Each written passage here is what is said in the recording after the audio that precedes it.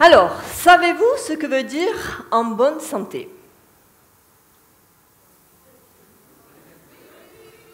Oui? Alors, d'après le Larousse, parce que j'ai fait des recherches, bien entendu, d'après le Larousse, la définition de santé est un état de complet bien-être physique, mental et social, et ne consiste pas seulement à l'absence de maladie. Je vais vous raconter une histoire d'une jeune fille de 19 ans qui croyait être en bonne santé et qui, du jour au lendemain, s'est retrouvée dans un corps douloureux, entre brûlures et coups de couteau permanents. Elle était enfermée dans le corps d'une vieille dame âgée de 90 ans. Elle ne pouvait plus écrire, dessiner, se laver, se coiffer, ouvrir une bouteille d'eau, conduire, des gestes si simples. Elle avait perdu complètement confiance en elle et en ses capacités.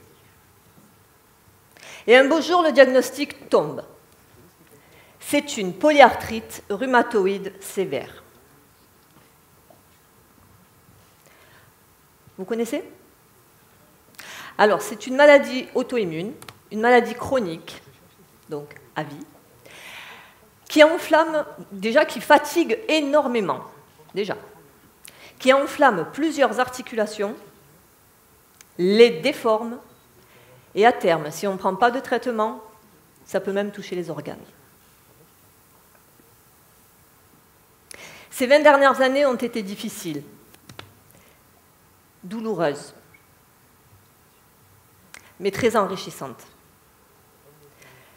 La maladie m'a permis de partir à la rencontre de moi-même. J'ai appris à prendre soin de moi et être à l'écoute de mon corps. J'avais donc 19 ans, je venais à peine d'être diplômée, j'étais éducatrice sportive, je travaillais dans un établissement prestigieux à Aix-en-Provence quand la maladie m'a frappée.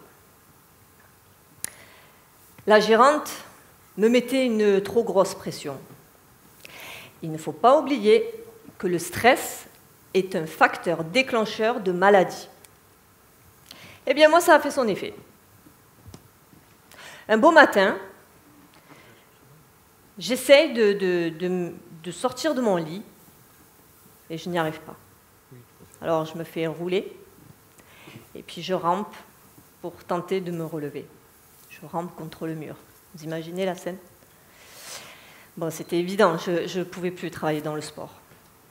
Et pourtant, après des infiltrations, des anti-inflammatoires, des antidouleurs, des séances chez le kiné, et enfin un premier traitement avec son lot d'effets secondaires, je tente d'adapter ma pratique à mon handicap. Je pratiquais l'activité physique adaptée sans le savoir. Bon, mais j'ai quand même fini par me réorienter.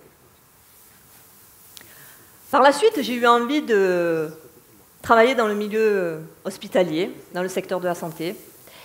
Et j'intègre une prépa pour devenir auxiliaire de puère. J'obtiens tous les concours. Seulement, il fallait se faire vacciner contre l'hépatite B, vaccin obligatoire pour travailler en milieu hospitalier, pour les soignants, vous le savez. Eh bien moi, ce vaccin m'était contre-indiqué. Et bien voilà, je vous laisse deviner, pas d'entrée à l'école.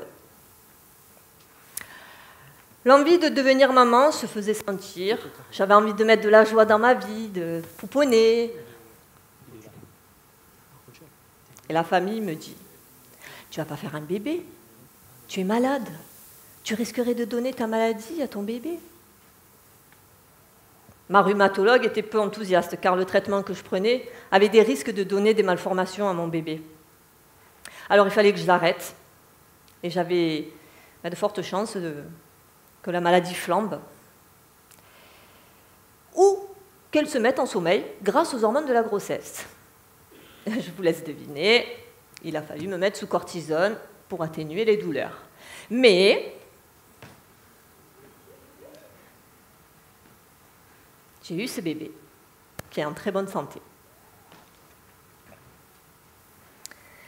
À l'âge de 26 ans, je crée ma première entreprise dans la vente en ligne d'équipements motocross. Je me développe très rapidement, je fais partie des 3 plus gros revendeurs en France. Je suis sur tous les fronts. Sur les courses de motocross, je fais le Festival international des sports extrêmes, j'ouvre même un commerce physique. Tout allait bien. L'aventure dure presque 5 ans, jusqu'au jour où les médecins m'annoncent « Madame Collet, vous avez un cancer de la thyroïde. » Waouh! J'étais sous le choc. Ma première question a été « Pourquoi moi ?» Et la deuxième était « Vais-je mourir ?» Je suis opérée en urgence. L'opération a duré presque 6 heures. Et lorsque j'ouvre mes yeux, j'étais dans ma chambre, mon entourage tout autour, mes proches, et ils me regardaient comme si c'était la fin pour moi. Là, je comprends qu'il y a un problème. Je leur demande, en mimant, parce que je ne pouvais pas parler, j'étais pleine de tuyaux dans la gorge, alors je demande un papier et un crayon. Et puis là, j'écris « Dites-moi la vérité ». Mon mari m'explique qu'il y a des risques que mon cancer se soit développé et qu'il faut attendre les résultats. Là, j'attends 48 longues heures et le diagnostic tombe. Madame Collet, tout est sous contrôle. Vous n'avez pas un cancer, mais 2. Formidable. Dont un qui se soigne très bien, avec la radiothérapie. Alors, pour info, ce n'est pas les rayons qu'on connaît. Là, ça se passe au service médecine nucléaire. Vous connaissez? Non, moi non plus, je ne connaissais pas. Donc en fait, j'arrive dans la chambre, pas droit de visite, vous saurez pourquoi, pas de contact avec le personnel soignant, seule sortie autorisée, la douche, en suivant les traces de pas qui se trouvent au sol. Dans ma chambre, il y avait une trappe par laquelle on me faisait passer mon plateau, et vient l'heure du traitement. L'infirmière frappe à la trappe, et là, elle se présente avec masque, gants, hors période Covid. Je tiens à le préciser. Elle tient donc un contenant en métal, écrit « Danger » avec une tête de mort, véridique. Et là, elle me dépose une pilule que je dois avaler.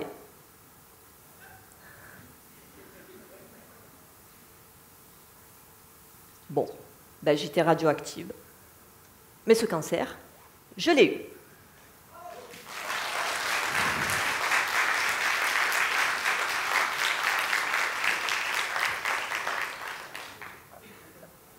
C'est pas fini. Et puis il y a eu l'autre. Vous vous souvenez, il y en a 2. L'autre a récidivé. Je suis actuellement très bien suivie, mais je vis avec une épée de Damoclès au-dessus de la tête. Mais il y a quelque chose de très positif dans cette délicate aventure. C'est que j'ai compris l'importance de vivre le moment présent. Je décide donc de fermer mon entreprise pour prendre soin de moi. Et là, je passe une longue période de vide, des nuits à jouer à Candy Crush. Vous connaissez? C'est un jeu où il faut exploser des bonbons. Et j'étais dans le désespoir, c'est évident. Et ma polyarthrite s'aggrave, elle gagne du terrain et là, je perds l'usage de ma main dominante. 2 ans s'écoulent après le cancer. Et un beau jour, enfin, une bonne nouvelle. J'ai le feu vert pour faire un 2e enfant.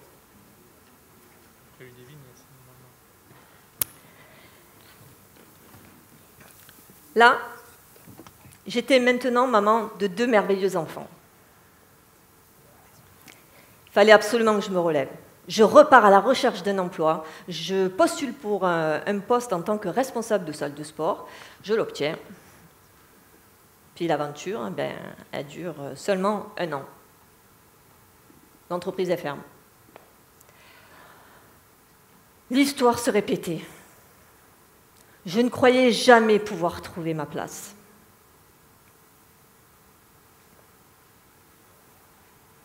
Mon entourage, je l'entendais souvent me dire « Lulu, que vas-tu faire de ta vie? Tu as trouvé ta voie? Je te trouve, professionnellement parlant, un peu instable. » Pêcheur, Lulu. Oui, pêcheur, c'est une expression de chez nous, ça veut dire la pauvre, elle est malade, la pauvre, elle est paumée. Des mots qui, sur le moment, m'ont profondément blessée. Mais aujourd'hui, je leur dis merci. Merci à toutes ces personnes, car grâce à elles, je suis partie à la recherche de qui j'étais vraiment et de mieux comprendre la situation. Et je me lance dans une nouvelle aventure qui est le développement personnel. J'entreprends une formation pour prendre soin de moi et des autres, en passant un master en coaching de vie et pour les entreprises. Le coaching, une merveilleuse aventure, de très belles rencontres, une révélation. À la suite d'une lecture, je fais une découverte. Je suis une slasheuse. Vous avez déjà entendu parler de ce terme? Oui? Non? Bon. Eh bien, écoutez, c'est un couteau suisse, c'est une touche à tout, à plusieurs cordes à son arc. Ça y est? Je venais de découvrir que je n'étais pas seule et que j'étais normale. Et puis, il y a plein d'avantages à être slasheuse. On a des facilités à rebondir, à nous adapter. On est intuitif, ultra créatif, performant, courageux, audacieux. On donne du sens à tout ce que l'on fait. On apprend facilement et avec une rapidité déconcertante, ce qui peut parfois agacer les autres. En revanche, nous sommes forts en procrastination. Nous avons tendance à nous éparpiller. Nous avons du mal à trouver notre place. Nous sommes instables financièrement. Et nous souffrons souvent du syndrome de l'imposteur. Pas d'inquiétude, ce n'est pas une maladie. C'est juste un sentiment d'illégitimité, une sensation de tromper son entourage. Quelqu'un se reconnaît là-dedans? Oui? Vous? Vous vous sentez moins seul aujourd'hui, hein? Je ne pouvais pas répéter les mêmes tâches toute ma vie, c'est sûr. Mais vous accepteriez, vous, de manger tous les jours les mêmes aliments? De vous habiller de la même façon tout le temps? De voir toujours le même ami? De partir toujours au même endroit en vacances? Impossible. Moi, j'aime trop le changement. Car pour moi, changer est la garantie de ne jamais s'ennuyer. Ma vision du monde avait complètement changé. j'ai compris que j'avais le pouvoir de tout transformer, mais que je ne pouvais pas changer les autres, ni les sauver, mais plutôt leur montrer un chemin et leur donner envie de l'emprunter. J'ai compris que toutes ces personnes qui avaient un regard négatif sur mon mode de fonctionnement étaient dans l'incapacité de passer à l'action, par peur de l'échec, peur de l'inconnu. Alors c'est vrai, ce n'est pas toujours évident de sortir constamment de sa zone de confort. Mais moi au moins, je ne suis pas spectatrice, mais bien actrice, actrice de ma vie, actrice de ma santé. Là, une nouvelle Lulu est née. Une nouvelle histoire commence. Je plaque tout, je déménage, je plaque tout, j'abandonne donc tout mon environnement dans lequel j'ai grandi. J'abandonne tous mes repères pour m'en créer des nouveaux, pour écrire une nouvelle histoire, plus gaie, plus légère. J'arrive fin 2017 en Corse, avec mon mari, mes enfants et mon accent marseillais. Je suis entre Bastia et Aix-en-Provence, car j'avais entamé une formation dans le sport santé. Je voulais développer un concept en Corse pour les personnes atteintes de pathologies chroniques. L'idée, c'était de proposer un accompagnement sur le plan physique, mais aussi psychologique. Bon, finalement, sur la route, j'ai décidé de m'investir dans une association de malades pour faire profiter de mes compétences. Et c'est avec une grande fierté que je valide mon diplôme, mais que je repars avec une place en tant que formatrice au sein du CREPS d'Aix-en-Provence.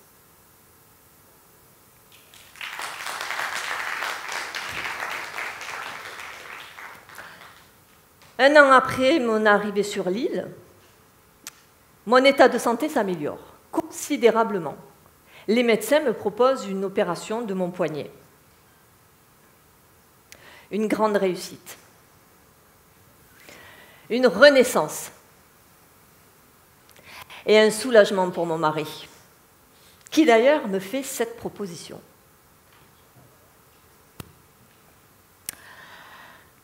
Veux-tu que je te forme au tatouage ? Il est tatoueur. Imaginez la scène, ça fait plus de 15 ans que je n'utilise plus mes mains, et là, il me demande de marquer des peaux à vie. Allez, pourquoi pas un slash de plus. Je reprends mes crayons, mes pinceaux longtemps laissés au fond d'un carton, et je m'y remets. Une nouvelle expérience s'offre à moi. Imago est né en 2019. Et l'artiste Lulu Slash. Pour donner plus de sens à mon métier, je décide de me former à la dermopigmentation réparatrice afin de reconstruire les aréoles mammaires pour les personnes atteintes d'un cancer du sein, pour leur redonner plus de féminité. Aujourd'hui, je suis artiste tatoueuse, coach, patient expert, bénévole délégué pour l'AFPRIC, l'Association française des polyarthritiques et des rhumatismes inflammatoires chroniques. Je suis aussi mentor pour de jeunes futurs entrepreneurs. J'ose assumer ma vie multiple, car pour moi, slasher est mon mode de fonctionnement dans lequel je m'épanouis. Vous vous souvenez de cette jeune fille de 19 ans que j'étais ? Enfermée dans ce corps de 90 ans, eh bien, 20 ans plus tard, je me sens dans le corps d'une jeune fille de 19 ans. Même si ça ne se voit pas.